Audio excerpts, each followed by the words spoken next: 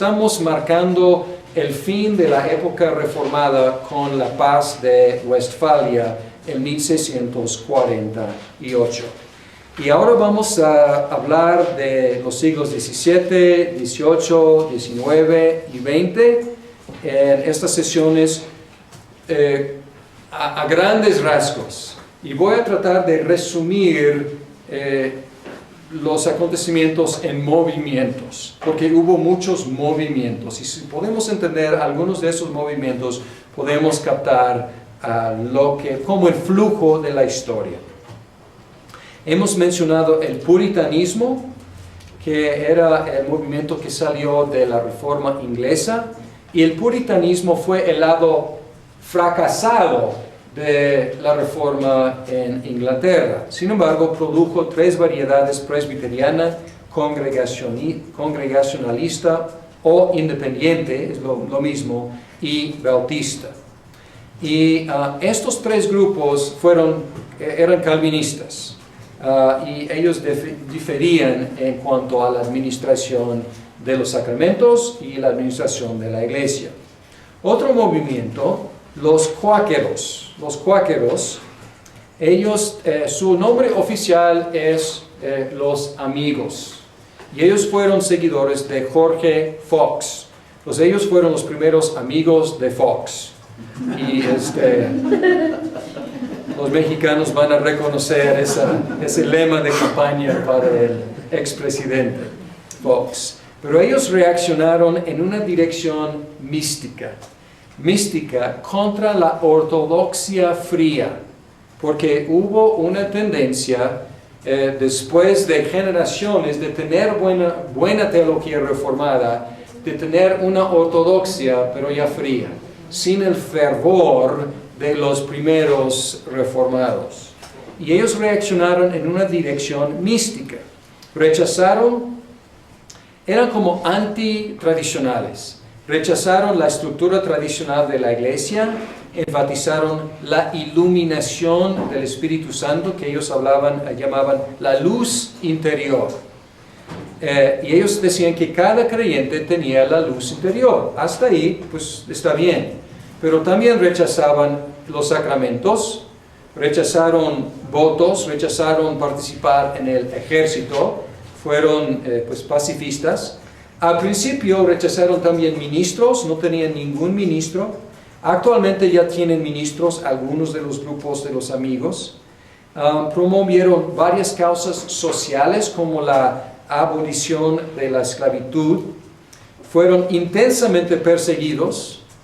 A pesar de ser bastante no peligrosos en sus doctrinas, y tuvieron que huir, encontraron refugio en una colonia dirigida por Guillermo Penn, P-E-N, y la colonia tomó su nombre y se llamó Pensilvania, la colonia en las colonias ingleses, que permitió libertad de religión. Puritanismo, los cuáqueros o los Amigos. Pietismo fue un movimiento luterano. Pietismo viene de la idea de piedad, de santidad. El pietismo fue un movimiento espiritual en la iglesia luterana. Y otra vez, el mismo problema, la iglesia luterana se había enfriado después de varias generaciones. Ellos insistían en una vida espiritual ferviente, la regeneración, y ellos practicaban el estudio bíblico. Carecía de buena organización y desgraciadamente cayó en el legalismo. Entonces, queriendo ser fervientes, pero cayeron en ser legalistas, en cómo practicaban. Arminianismo. Jacobo Arminio o Arminius, un pastor reformado holandés, reaccionó contra la rigidez de la iglesia reformada en Holanda, enfatizaba el papel del hombre en su propia salvación, y en el año 1618 el sínodo de Dort, D-O-R-T, rechazó la protesta arminiana y formuló los 5 puntos del calvinismo como respuesta. Otro movimiento, socianismo siguiendo a Fausto Socinio, fue un movimiento antitrinitariano. Él enseñaba que Jesús llegó a ser deificado por medio de su obediencia. La muerte de Jesús se convirtió en un ejemplo de devoción extrema. Y un cristiano es alguien que sigue a Cristo en obediencia, en humildad, renunciando al mundo. Y pueden ver aquí, es un sistema pelagiano, es un sistema de salvación por medio de obedecer, de pues intentar seguir el buen ejemplo de Cristo y así ser buen cristiano. Socianismo, Fausto Socinio.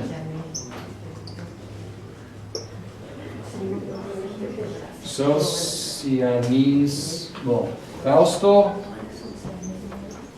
Socinio. Y luego, me da pena en este contexto dar tan poco énfasis a lo que voy a mencionar ahora, la conquista.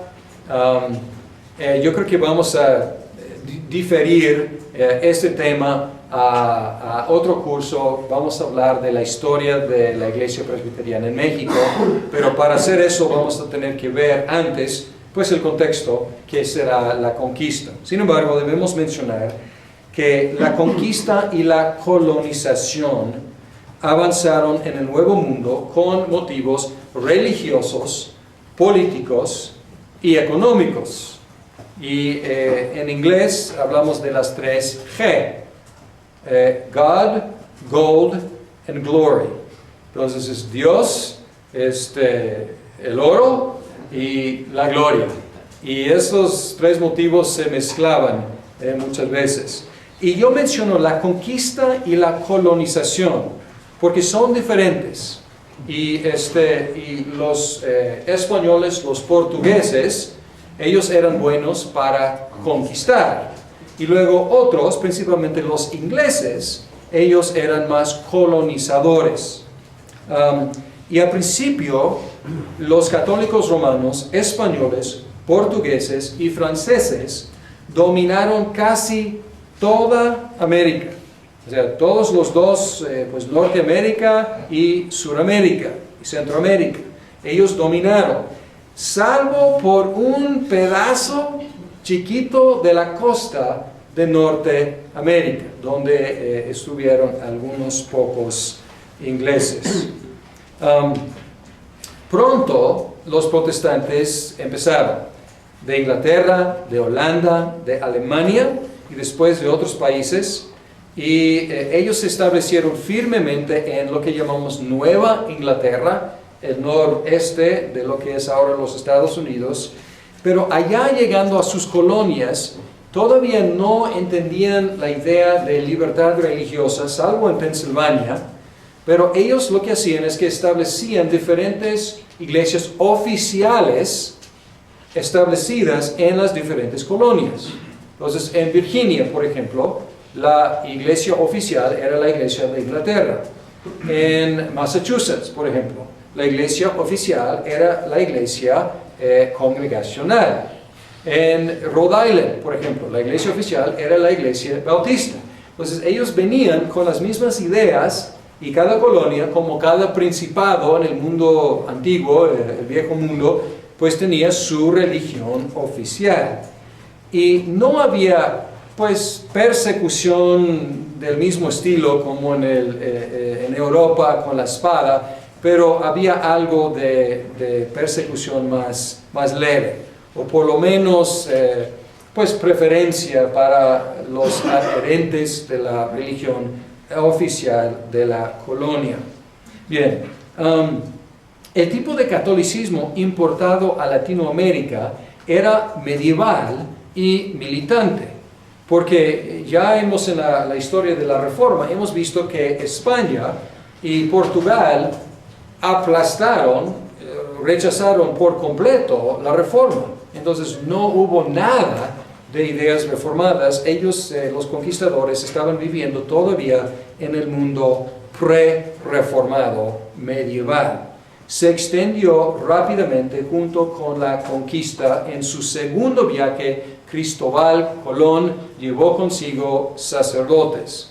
En primer viaje para explorar, no. Segundo viaje sí, y ahí empezó la conquista y la conversión de los indígenas. El Real Patronato de las Indias fue el arreglo. El Real Patronato de las Indias fue lo que el Papa concedió al rey de España en el año 1508. Y esto le dio la responsabilidad y la autoridad para evangelizar al Nuevo Mundo. Los misioneros creían en el poder automático del bautismo. Y en el curso sobre la teología sistemática vamos a hablar de este concepto. Ex opere operato. Y la idea es que operatum, perdón, es en latín. Ex opere operatum. Y esto significa operando, opera. O sea, simplemente haciéndolo, funciona. Y es la idea que el bautismo automáticamente tiene su función. Y así bautizaron a muchos cientos de miles de indígenas que, si entendían lo que pasaba o no, es muy cuestionable. Pero con esta idea, pues la idea era, pues automáticamente bautizándolos, ya son católicos romanos, ya son cristianos, ya son convertidos. Pero muchas de las conversiones eran superficiales o forzadas y la religión llegó a ser bastante sincretista, una combinación de prácticas indígenas con las doctrinas medievales católicas. Así, los movimientos del siglo XVII. Vamos a seguir al siglo XVIII. Y aquí entramos en otros movimientos. El primero es el racionalismo. Racionalismo. Exaltó la razón humana encima de la revelación. Y aquí podemos ver un cambio bastante radical. Porque hasta ahora, todos lados de los cristianos y los judíos, los musulmanes, todos aceptaban la revelación como la autoridad máxima, la revelación de Dios. Diferían en cuanto a qué era la revelación y las fuentes de revelación, pero la revelación era lo máximo. Ahora, el racionalismo fue como una reacción, en parte, en contra de la frigidez de la iglesia y en parte en contra de la experiencia pietista. Porque los pietistas enfatizaban experiencia y los racionalistas estaban diciendo, pues la experiencia es bonita, pero queremos llegar realmente a la cima de entendimiento humano y no va a ser por tener experiencias, tenemos que pensar racionalmente. Por un lado, algunos cristianos ignoraban la vida espiritual, estando contentos con fórmulas doctrinales. Si tú estás de acuerdo con el Concilio de Trento, o si tú estás de acuerdo con la fórmula de concordia, o si tú estás de acuerdo con los 5 puntos del calvinismo, pues con esto todo está bien. Pero esto está como ignorando la vida cristiana. Y por el otro lado, como los pietistas, como los cuáqueros, ellos enfatizaban la religión experimental y a veces descuidaban las necesidades intelectuales del hombre y las necesidades intelectuales de la fe cristiana. Entonces podemos ver aquí que en el mismo cristianismo había como una tendencia, podemos decir, romántica, experimental, y otra tendencia intelectual, racional.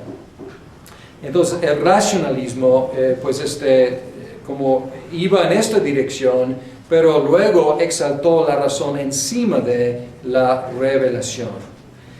El desarrollo científico. El desarrollo científico explotó en el siglo XVIII. Y este desarrollo científico apoyaba el racionalismo con su rechazo de autoridades, porque la revelación es una autoridad.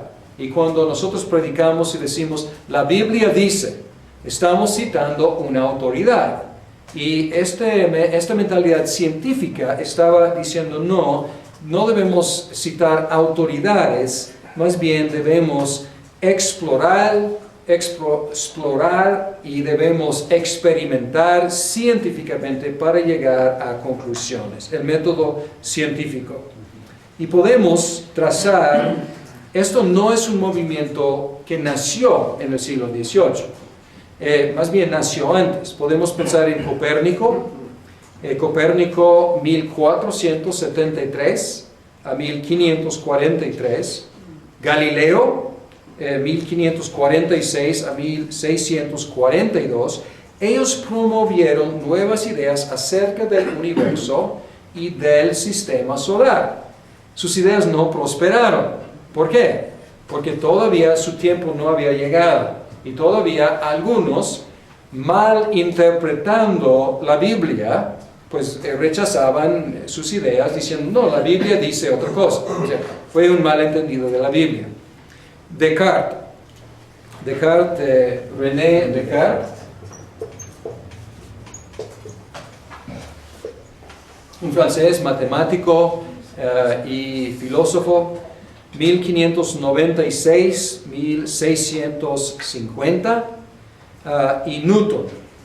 Con Newton estamos ya entrando en el siglo XVIII. 1642 a 1727. Ellos introdujeron el concepto de la ley natural que gobierna el universo físico. Pues es un concepto interesante. Entonces, antes, la mentalidad medieval, podemos decir, que era que pues todo es obra de Dios. Todo es opus Dei, obra de Dios. Entonces, Dios está involucrado en cada aspecto del mundo y de la vida, y es un mundo milagroso, pues cada cosa es una obra de Dios. Pero ahora ellos están diciendo, pues Dios ha hecho su universo con ciertas leyes físicas que gobiernan el mundo físico. Y luego Francis Bacon, 1561 a 1626, él fue antes de Newton. Él desarrolló el sistema, el método inductivo o el método científico, que insiste en derivar teorías científicas de la observancia de fenómenos. Entonces, estos, pues, los que hemos estudiado algo de ciencia, estos conceptos son, pues, muy conocidos, pero alguien tenía que inventarlos, o tenía que formularlos, y estos son los grandes que lo hicieron. Ahora, ¿qué tiene que ver esto con la fe cristiana? De aquí, no necesariamente, o sea, no era un resultado necesario, pero era un resultado, el deísmo. El deísmo tomó la posición de que el universo es un sistema cerrado de causa y efecto, gobernado por leyes naturales. Y estos inventores, podemos decir, de la ciencia moderna, no eran antisupernaturales, no eran anticristianos, y algunos eran hombres de fe sincera, pero un resultado de sus ideas era, el concepto de que, si el mundo está gobernado por leyes naturales, pues esto no está gobernado directamente por Dios, esto como quita a Dios un paso de nosotros. El mundo medieval está Dios está haciendo pues todo, involucrado íntimamente con su universo, actuando directamente. Ahora está pues un paso quitado, removido de su universo. Él lo hizo y Él instituyó leyes y como Él ya lo dejó para que siguiera funcionando. Es el Dios, digamos, del reloj, o sea, del reloj que necesita cuerda. Entonces Dios creó el universo, le dio cuerda y lo dejó. Y fue un movimiento muy importante en el siglo XVII, o XVIII, digamos. Dios es el creador, es la primera causa, pero no interviene en el universo. Entonces, si esto es el caso, podemos deducir ciertas cosas.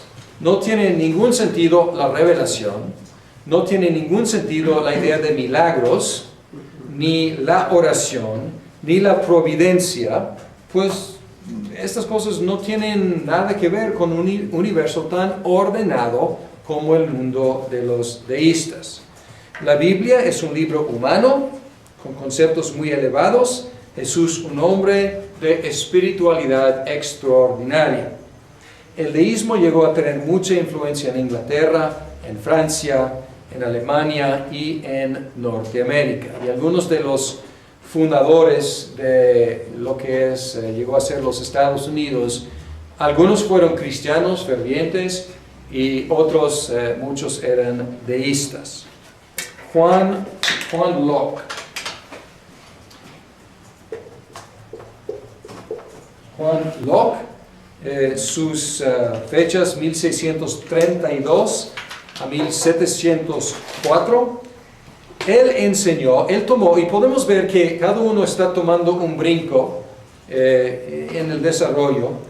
Él enseñó que así como el universo natural es gobernado por leyes naturales, estas leyes también dan a los hombres ciertos derechos humanos.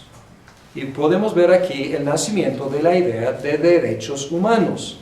Pero nació como tomando el concepto de un mundo organizado y gobernado por leyes, un mundo físico. Y él está diciendo también el mundo social, el mundo de los seres humanos y las relaciones que tenemos entre nosotros también es gobernado por leyes naturales.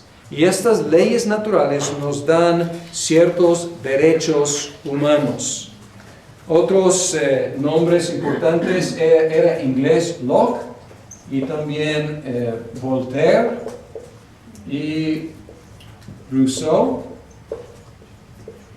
franceses. Ellos ampliaron y popularizaron estos conceptos en Francia, donde fueron adoptados por los revolucionarios en una forma radical. También fueron incluidos por Thomas Jefferson.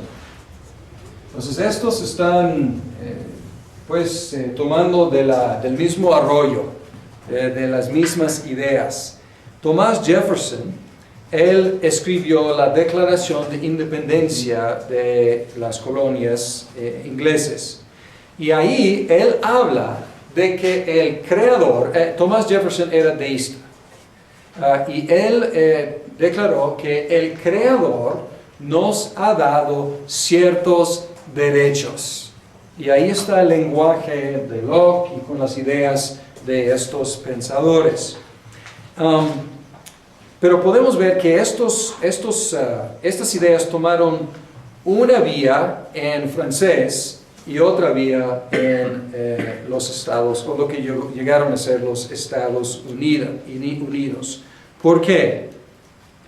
Porque Francia había rechazado principalmente, en gran parte, la reforma protestante, matando y luego exiliando a sus hugonotes. Y entonces cuando llegaron estas ideas, echaron raíces ahí y no había como nada para contrarrestar cayeron rápidamente en el racionalismo y tomaron estas ideas sin ningún contrapeso. Y por eso llegaron a los extremos de los horrores y errores de la Revolución Francesa. Si tienes las ideas y estas ideas son ciertas y racionales, ¿cuál es la solución? Si alguien no está de acuerdo, la guillotina. En las colonias ingleses, la mentalidad era otra. La mentalidad allá era principalmente calvinista. Aunque algunos y muchos ya no eran cristianos calvinistas en sus convicciones, sin embargo, el carácter de los inmigrantes y de sus descendientes era calvinista. Y el espíritu calvinista ayudó a las colonias ingleses a evitar los excesos de los franceses. ¿Por qué? Pues el calvinismo ya secularizado, podemos decir, ¿cuál es una de sus características más importantes? La humildad, la modestia. Y pues tienes la razón, y esos ingleses son malos, quieren oprimirnos, pero mejor no vamos a cortarles la cabeza, porque es una medida bastante radical. Vamos a bañarles en chapopote y plumas y correrlos y humillarlos, pero mejor vamos a dejar sus cuerpos intactos, ¿no? Entonces podemos ver aquí el espíritu calvinista ya secularizado, pero pues hasta la fecha podemos ver en los países como Holanda, como Alemania, como Suiza, como los Estados Unidos, como Canadá, como estos países, todavía hay algo de ese espíritu calvinista que promueve la modestia en muchas de las medidas que toman. No en todo, y cada vez es más, pues es menos ese espíritu. Pero ahí podemos ver dos diferentes caminos que tomaron estas ideas de los pensadores del siglo XVIII. Bien, yo creo que tenemos que parar ahí porque ya nos ha llegado la hora. Pues vamos a seguir con otras revoluciones, pero la revolución industrial, que será el próximo tema del siglo XVIII.